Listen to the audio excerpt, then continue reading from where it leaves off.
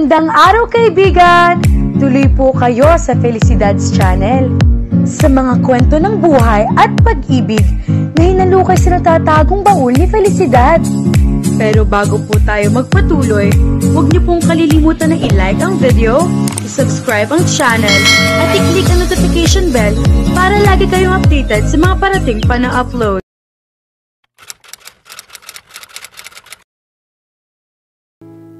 Alex, where are you?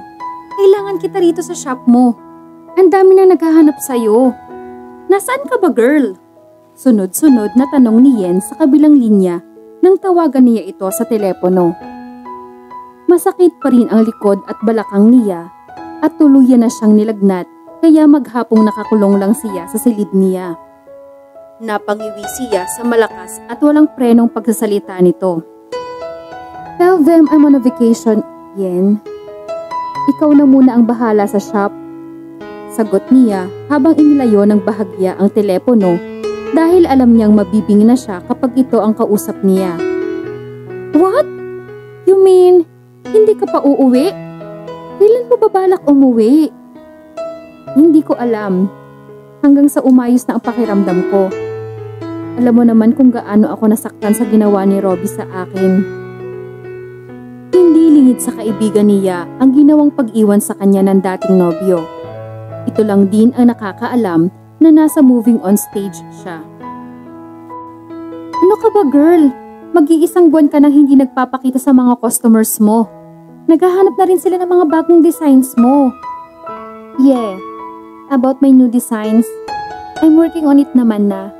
Kapag natapos ko lahat yon, ipapakita ko sa'yo. Okay. Teka, saang sulok ka ba ng mundo naroon ngayon? Nag-aalala rin ako sa iyo, no? Saad nito. Napangiti siya. Don't worry about me, Yen. I'm safe here. Talaga? Siguruhin mong safe ka riyan dahil kung hindi, tatawagan ko sina Tom Cruise at Brad Pitt para bantayan at pasayahin ka. Biro nito. Natawa siya sa sinabi nito. Paano ay ang dalawang dream guy niya ang binanggit nito? Hindi na kailangan, Yen. Salamat.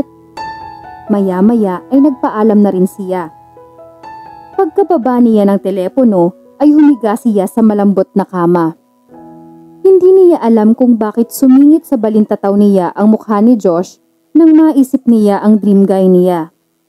Hindi niya alam kung bakit inihilera niya ang binata sa mga gwapong lalaking iyon. Pakiramdam niya ay may posibilidad na maging hero nga niya ito. Nang maalala niya ang nangyari sa kanila noong nagdaang gabi ay nag-init ang mga pisngi niya. Pagkatapos kasi ng mainit na tagpong iyon ay hindi na siya pinatahimik ng damdamin niya. Paulit-ulit niyang naaalala iyon. Nagambala ang pag-iisip niya ng mahihinang katok sa pinto. Baka si Tess iyon na dinadalhan siya ng pagkain mula pa kaninang tanghali. Siguro ay merienda na at gamot naman ang dala nito. Come in, wika niya. Nang bumukas ang pinto, ganoon na lamang ang pagkagulat niya nang hindi si Tess ang pumasok, kundi ang taong laman ng isip niya. Josh was carrying a tray. Suddenly, she was filled with nervousness. Nagkaroon ng kasagutan ang mga katanungan at kalituhan niya. Bakit kinakabahan, na-e-excite at kinikilig siya kapag nariyan si Josh? Bakit ba palagi siyang nakakaramdam ng ganoon tuwing makikita at makakaharap niya si Josh?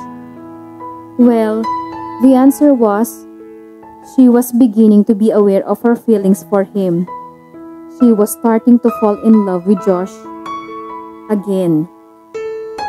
Mula nang magkita uli sila ni Josh, ay isa lang ang napagtanto niya. Hindi pa rin nawawala ang pagtingin niya rito after all these years. At si Robbie? Siguro ay masyado lang nasaktan ang ego niya sa pag-iwan nito sa kanya, kaya ganoon na lang ang hinagpis niya sa pagkawala nito. Nakatulong ng malaki ang pagtira niya sa bahay ng mga Cortez. Nahimasmasan siya kumbaga. Now, she could finally say that she had moved on from her sad experience with Robbie. Pero isang malaking problema naman ang kinakaharap niya ngayon. Si Josh at ang pag-ibig niya rito. Nag-umpisa na naman siyang mabalisa. Kinakabahan siya sa nararamdaman niya at natatakot na mahalata siya ng binata. Lalo yatang tumaas ang lagnat niya. Nang maipatong ni Josh ang tray na may lamang pagkain sa bedside table, ay umupo ito sa gilid ng kama at seryosong tumingin sa kanya. "I'm sorry," he said seriously. Maang na napatingin siya rito. "Why are you saying sorry? Kung hindi kita binantaan, hindi ka magkakaganito ngayon. Nagtanim ka pa rin kahit alam kong hindi ka marunong. I'm so sorry for being rude." May pagsisisi sa tinig na sagot nito. "It's okay. Kasalanan ko naman kaya tama lang iyong parusa mo sa akin. Pero hindi pa rin dapat kita pinagtanim. Pwede ko namang iutos iyon sa mga hardinero. But because of my selfishness, pinahirapan pa rin kita." Naninibago siya sa takbo ng usapan nila. Gayunman, mas nagustuhan niya iyon dahil pakiramdam niya ay magkakaayos na sila ni Josh at umaasa siya na magbabago ang lahat sa pagitan nila. "Nag-enjoy naman akong magtanim kasama ka." Huli na para bawiin niya ang sinabi. Hindi tuloy siya makatingin ng diretsyo nang makita niyang natigilan ito. Pero nagulat siya sa sinabi nito. "Nag-enjoy rin ako na kasama ka. Hindi ko inaasahan na magugustuhan mong magtanim dahil noon naman ay kinamumuhian mo na ang gawaing iyon. Ayaw mong marumihan at maputikan." Nakangiting tura nito. "Ang totoo, naroon ka kasi. Ikaw ang inspirasyon ko habang nagbubungkal ako ng lupa. Okay lang kahit marumihan ang kamay ko, basta nasa tabi kita, Josh."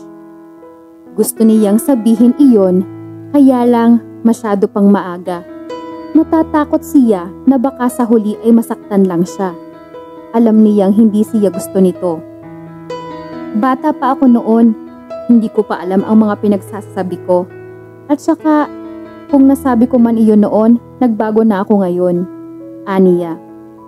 Natigilan ito at naging seryoso ang mukha. "Really?" ang tanging sagot nito. Gusto niyang magtanong kung bakit biglang nawalan ito ng sasabihin, subalit tumayo na ito. "I should go now. May aasikasuhin pa ako sa study room. Kumain ka na muna at magpagaling." Nakangiting sabi nito. Sinulyapan pa siya nito bago ito lumabas ng silid. Nagpasalamat siya dahil hindi nabanggit ang tungkol sa naganap na halikan sa kanilang dalawa. Lalong sumama ang pakiramdam ni Alex sa kalaliman ng gabi. Maaaring mauwi sa trangkaso ang nararamdaman niya kapag hindi niya naagapan iyon. Gusto niyang inumin ang gamot niyang nakapatong sa bedside table, ngunit hindi niya kayang bumangon. Masakit ang katawan niya at nahihilo siya. Gusto rin sana niyang isara ang bintana sa tabi ng kama dahil malakas ang hanging pumapasok doon at nagsisimula na ring umulan. Pakiramdam niya ay mamamatay siya sa lamig kahit mainit na mainit ang pakiramdam niya. Wala siyang nagawa kundi umungol na lang at tiisin ang nararamdaman. Gabing-gabi na kaya alam niyang tulog na rin ang mga tao sa mansyon. Alex was half asleep when the door opened. Dim ang liwanag sa silid kaya hindi niya maaninag kung sino ang pumasok. Narinig lang niya ang mahihinang yabag ng bulto na pumasok. Isinara nito ang bintana. Kapag kuwan ay lumapit sa kanya. Inayos nito ang kumot niya. Naramdaman din niya ang pagdampi ng kamay nito sa noo niya. "Damn, you're hot!" sambit nito. Nabosesa niya si Josh. Napakislot siya nang haplusin pa nito ang buong mukha niya na tila sinisiguro ang kondisyon niya. "Oh my God! Ang taas ng lagnat mo!" Akma sana itong lalayo sa kanya nang hawakan niya ito sa kamay. "Alex, bakit hindi mo sinabing malala na pala ang nararamdaman mo?" Sermon nito. She just groaned. Dadalhin kita sa ospital. Anito. Umiling siya at umungol. Okay, I'll call my doctor. Muli siyang umiling at umungol. Hinawakan nito ng mahigpit ang mga kamay niya. Alex, huwag matigas ang ulo. Alam kong hindi mo ugaling magpatingin sa doktor, pero kailangan mong gumaling. Muling sermon nito, subalit may bahid iyon ng pag-aalala. Alex's heart burst with happiness. Hindi siya makapaniwala na naaalala pa pala nito na takot siya sa doktor, lalo na sa injection. Mahigpit din niya itong hinawakan at saka umiling. I don't want a doctor, wika niya. But you need one. Kailangan mong gumaling. Hindi ko mapapatawad ang sarili ko kapag may masamang nangyari sa'yo. Hindi na niya napigilang mapangiti. Labis ang pag-aalala sa mukha at boses nito. Natutuwa siya sa kaalamang pinahahalagahan din pala siya nito. I don't want a doctor. All I need is you. I need you here beside me, Josh, she said. Galing iyon mula sa puso niya. Narinig niyang bumuntong hininga ito. Pagkatapos ay tahimik itong lumabas ng silid. Para siyang pinagsakluban ng langit at lupa. Hindi rin niya alam kung para saan ang mga luhang dumaloy sa mga pisngi niya. Tinanggihan ni Josh ang gusto niya, as if he rejected her feelings for him. Nasasaktan siya, kaya lalong bumigat ang pakiramdam niya. Hindi nagtagal, ay naramdaman niyang lumundo ang gilid ng kama. Nagmulat siya at nakitang nakaupo si Josh sa tabi niya. Napansin niya ang dala nitong tray na nakapatong sa bedside table. Biglang nabura ang sama ng loob niya rito at napalitan iyon ng kaligayahan. Umalis lang pala ito upang dalhan siya ng mainit na sabaw at mga bagay na kakailanganin niya. First things first, you need to eat. Kahit kaunti lang, Alex. Saad nito.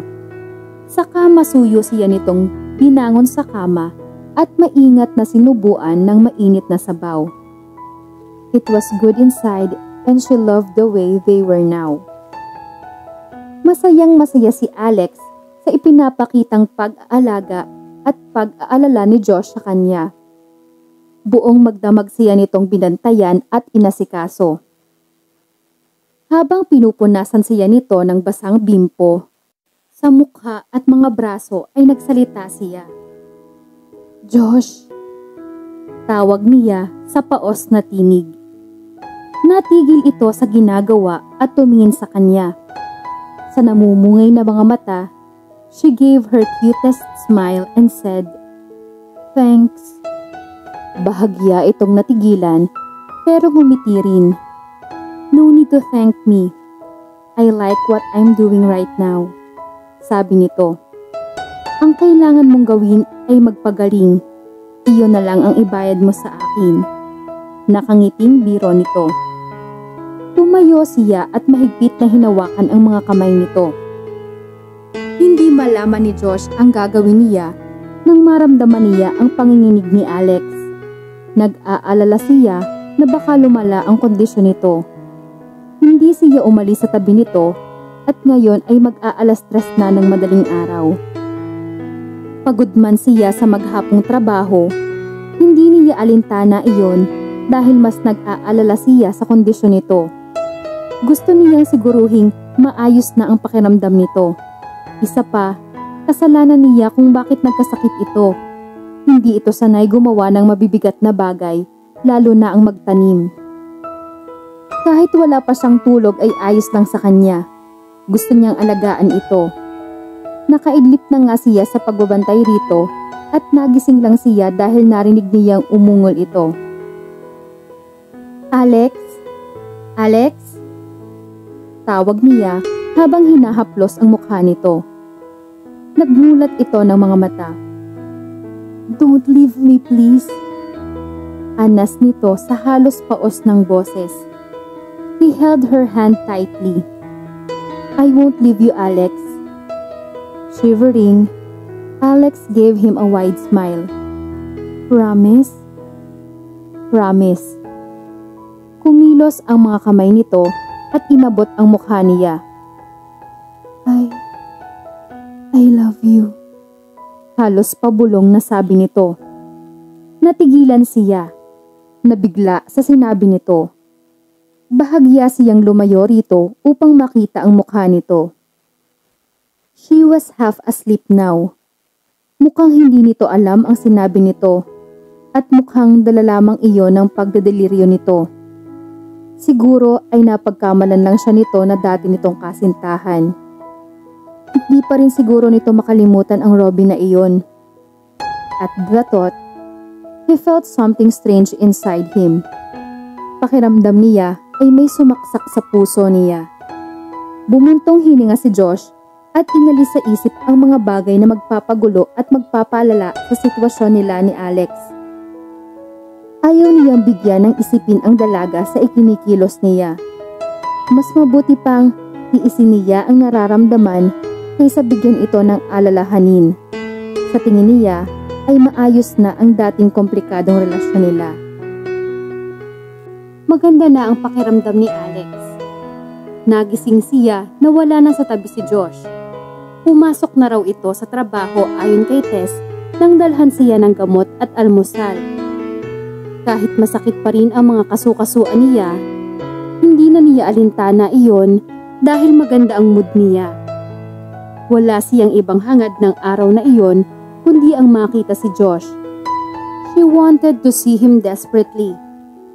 Bigla niyang namiss ng sobra ang binata. Pakiramdam niya ay hindi kumpleto ang araw niya nang hindi nasisilayan ang gwapong mukha nito. Napakislot siya nang tumunog ang telepono na nasa bedside table. Agad na sinagot niya iyon. "Hello, Alex?" Nagningning ang mga mata niya nang marinig ang tinig. "Josh?" "Yes, it's me. How are you feeling right now?" Tanong nito. Biglang sumigla ang pakiramdam niya. "I'm fine.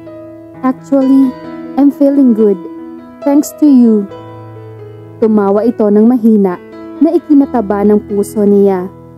Napakaganda sa pandinig ang tawa nito. "Really? That's good to hear. So, what are you doing right now?" "Nothing. I'm alone here in my room." "Oh, later, sabay tayong kumain ng dinner. If it's okay with you." Tanong nito kapag kuwan. Parang gusto niyang sumigaw at magtatalon sa tuwa. Mula kasi nang dumating siya sa mansyon, ay hindi pa sila nagkasabay sa pagkain. Palagi kasi itong nauuna sa kanyang kumain. May mga pagkakataon naman na sa labas na ito kumakain. Pakiramdam niya ay iniiwasan siya nito. "Yes, it's okay with me." Mabilis na sagot niya, baka kasi magbago pa ang isip nito. Kahit medyo masakit pa ang katawan ni Alex, ay pinilit niyang mag-ayos ng sarili nang sumapit ang hapunan.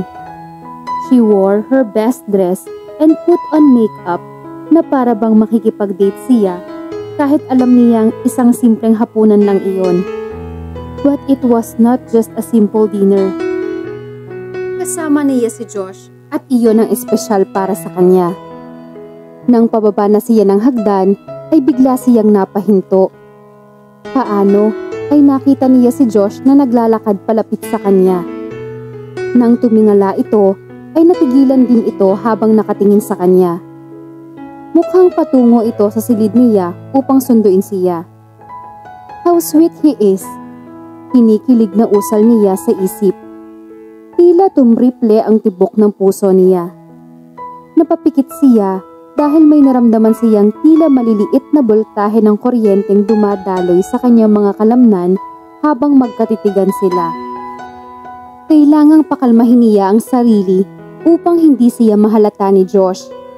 Ngunit nang muli siyang nagmulat ng mga mata, tila nag-iba ang paligid. Pakiramdam niya ay nasa isang fairy tale siya. She was at a ball, wearing a gown, On the other hand, Josh was wearing an expensive tuxedo suit. Tila sila lamang ang mga nilalang sa mundo. Umakyat sa hagdan si Josh habang nakatingin sa mga mata niya. Siya naman ay dinig ang nakakabinging pagtibok ng kanyang puso. Nang tumigil ito sa harap niya, tila nanlambot ang mga tuhod niya sa sobrang kabang nararamdaman. She felt like she was going to faint at any moment. Mabuti na lamang ay nakahawak siya sa barandilya ng hagdan. "Hi," bati nito.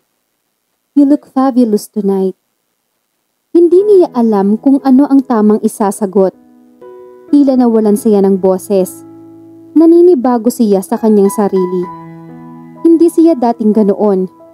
Palaging malakas ang loob niya at normal lamang kung umakto kapag may nakakaharap na tao na malimit ay mga sikat na artista at mayayamang tao.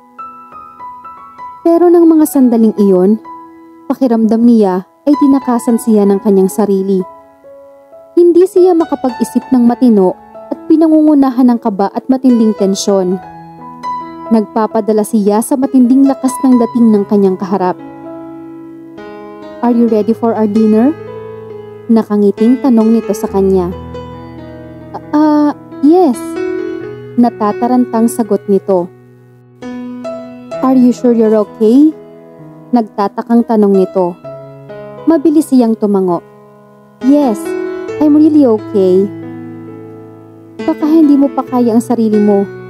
If you want, next time na lang tayo kumain. Padadalhan na lang kita kay Tess ng pagkain sa silid mo." May pag-aalala sa tinig nito. Muli na namang pumitlag ang puso niya dahil sa kaswitan nito sa kanya. Nararamdaman na niya ang pag-aalala nito. Gayunman, kahit na medyo masama pa nga ang pakiramdam niya, ay gustong-gusto naman niyang makasalo sa hapunan ang binata. She wanted to spend her dinner with Josh. Gusto niyang magkaroon ng magagandang alaala kasama ang binata. "No, I'm really okay, Josh." Paggagarantiya niya rito. "If you say so, shall we?" At dahil nahihirapan pa siyang maglakad, ay inalalayan siya nito sa pagbaba. Napakalapit nila sa isa't isa habang naglalakad patungo sa komedor. Parang drum sa lakas ang pagtibok ng puso niya dahil pakiramdam niya ay yakap-yakap siya ni Josh. Nakahawak ang isang kamay nito sa balikat niya habang ang isa naman ay nakahawak sa kamay niya. She felt really happy. Malapit na sila sa dining room pero naglalakbay pa rin ang isip niya sa posibleng mangyayari sa kanila ni Josh habang nasa hapagkainan. Nag-iisip siya ng magandang pag-uusapan nila upang maging maganda ang takbo ng dinner. Gusto na rin niyang makipaglapit dito. Uunti-unti niyang makuha uli ang loob nito. Ipinangako niya sa sariling hindi na siya gagawa ng dahilan upang layuan siya ni Josh. She liked Josh and she wanted him to be her boyfriend. "Hey, akala ko hindi na kayo darating. Saan mo ba siya sinundo? Sa airport?" Alex's thoughts were interrupted when she heard a woman's voice. Maya-maya ay may tumayong isang magandang babae sa hapagkainan at naglakad patungo sa kanila. Lumayo si Josh sa kanya. Nilapitan ang babae at inalalayan ito. "Hey, careful Kay, you're still not okay." May pag-aalala sa tinig na sabi ni Josh habang maingat na inalalayan ang babaeng tinawag nitong Kay.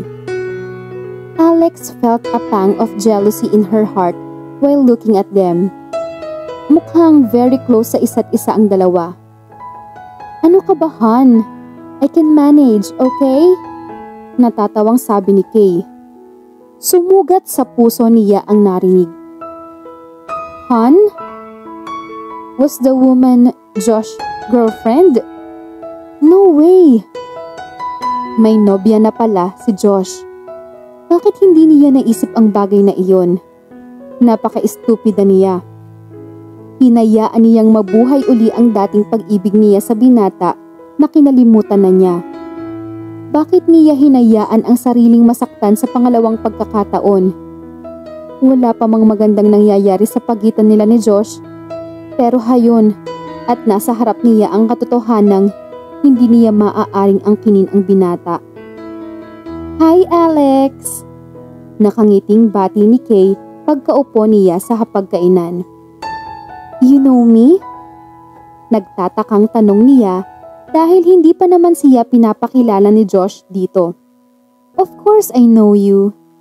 Nakangiting sagot nito. Pagkatapos ay tumingin ito kay Josh na tahimik na nakikinig lamang sa kanila.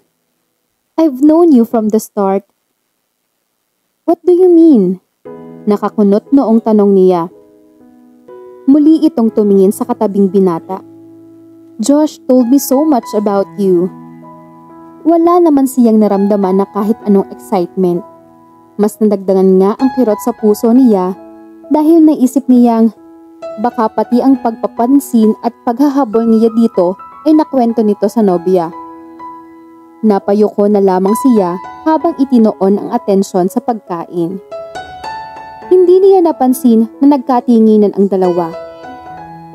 Actually, my twin brother Kai is one of your clients, so I know you well, Kay said. Twin brother mo si Kai? Gulat na tanong niya. Kaya pala mukhang pamilyar sa kanya ang babae dahil twin brother nito ang bokalista ng sikat na rock band sa bansa, ang Boys Over Flowers. Kai's band was one of her favorite bands. Madalas niyang nakikita at nakakausap ang binata at ang mga kabanda nito dahil siya ang gumagawa ng wardrobe ni Kai. Oh, you seem very close to him. Hindi basta-basta nagpapatawag sa nickname niya ang twin brother ko. Medyo maarte kasi yun. Natatawang sabi nito. Pilit siyang ngumiti. Kahit si Josh ay hirap na makipaglapit doon. I guess, they have the same personality kaya hindi sila magkasundo. Galit sila sa kapwa gwapo at suplado. Biro pa ni Kay. Tumawa ng mahina si Josh. Close naman kami ni Kai. Busy lang kami pareho kaya hindi kami nakakapag-bond. Kung magsalita ka ay para namang wala kaming pinagsamahan ng brother mo. Ouch! Brother-in-law relationship? It's the painful reality. Daing niya sa isip.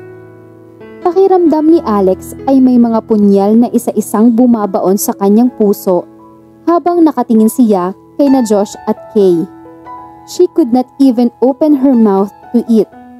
Pinipilit lang niyang umakto ng normal sa harap ng mga ito habang ang mga ito naman ay masayang nagkekwentuhan. Pakiramdam niya ay wala siyang papel doon dahil ang buong atensyon ni Josh ay nasa babaeng kasama nito. Gusto niyang umiyak, subalit pinigilan niya ang sarili upang hindi siya magmukhang kaawa-awa sa harap ng mga ito. Ni hindi pa niya napapangalahati ang pagkain niya.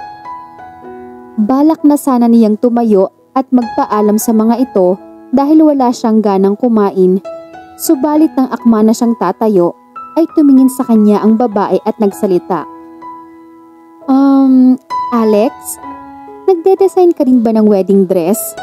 Tanong ni Kay. Iyon na nga ba ang sinasabi niya? Dapat ay hindi na siya bumaba at kumain ng hapunan kasama si Josh kung ganoong masasaktan lang siya ng sobra-sobra. Daig pa niya ang sinampal ng paulit-ulit. Kahit gusto na niyang tumakbo palayo sa mga ito, ay nanatili siyang kalmado. But deep inside, she was bleeding painfully. Yeah, sagot niya. Nakita na niya sa mukha ni Kay ang labis na kasiyahan. Really? Can you design my wedding dress? Tanong nito. Wala siyang nagawa kundi tumango. Yes. Oh my God! You heard that, Josh? The famous designer Alexis Joy is going to be my wedding dress designer. Excited na tura ni Kay. Nakangiting hinawakan ni Josh ang kamay ng babae. Nakagat ni Alex ang ibabang labi niya nang may namuong mga luha sa kanyang mga mata.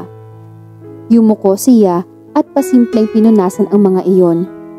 She knew she was going to be fine, even though her heart was breaking. She must forget about her feelings for Josh. Wala nang dahilan para ibigin pa niya ito dahil may Kay na itong pakakasalan. When she raised her head, she saw Josh looking at her. There was something in his eyes that she couldn't explain. Parang may gusto itong sabihin sa kanya. She knew he was up to something. Or was it just her imagination? Bumuntong hininga siya. Masyado na siyang nasasaktan sa nangyayari. Hindi na niya kaya iyon, kaya kahit hindi pa sila halos tapos kumain, ay tumayo na siya. "Where are you going, Alex?" Tanong ni Kay. "Sumama ang pakiramdam ko. I think I need to rest." Sagot niya. "Ganun ba? Okay, pag-usapan na lang natin sa ibang araw yung tungkol sa wedding dress ko na ide-design mo. At saka, nagpunta rin ako dito para kay Josh." Nakangiting sabi nito. Ngumiti lang siya ng mapait dito. Nang tumingin siya kay Josh, nakita niya ang pag-aalala sa mukha nito. "Darn! Stop imagining things, Alex. Wala siyang dahilan para mag-alala sa'yo." "Gusto mong ihatid kita sa silid mo?" Mabilis siyang umiling. "Don't bother. I can manage. Don't worry about me." Naglakad na siya palayo sa mga ito. Kahit kumikirot ang balakang niya, ay hindi niya iyon alintana. Mas masakit ang dulot ng kirot sa puso niya. Pagkasara ni Alex ng pinto ng silid niya, ay mabilis na tumulo ang mga luha niya. Napakabigat ng dibdib niya. Triple ang sakit na nararamdaman niya ngayon kaysa sa naramdaman niya noong iwan siya ni Robbie. Kasalanan niya lahat iyon. Hinayaan niyang umibig uli siya kay Josh at sa napakaikling panahon. Kaya naman sa maikling sandali rin ay nasaktan siya. Kanina, habang nakatingin siya sa magkasintahan, she wished she were in Kay's place, drinking wine, eating food, talking and laughing with Josh. She also wished she was his bride, the woman he was going to marry. But she knew that wish would not come true. Heto na nga, 2 heartbreak na ang nararanasan ngayon ni Alex. Paano na kaya ang gagawin niya? Hindi pa nga siya totally nakaka-move on kay Robbie. Heto, at broken-hearted na naman siya kay Josh. Ano kaya ang mangyayari sa susunod na kabanata? Sabay-sabay nating abangan.